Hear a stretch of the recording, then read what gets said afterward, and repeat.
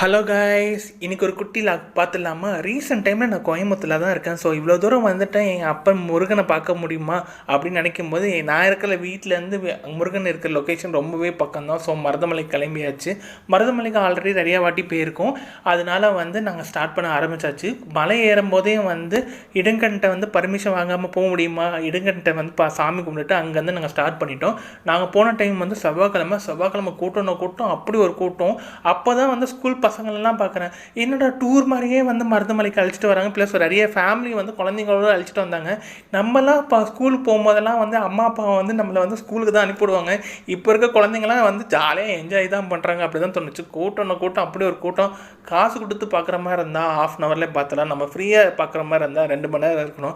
2 மணி நேரம் க்யூவில் நின்றாச்சும் பார்க்கலான்னு சொல்லிட்டு எங்கள் அப்பனை பார்த்தாச்சு. செவ்வாய்க்கிழமைனாவே கோயில் கூட்டமாக தான் இருக்கும். இதில் செவ்வாய் ஓரையில் முருகர் கோயிலை சுற்றி வருவார். எல்லா கோயில்லையும் முருகர் மயிலில் வருவார்.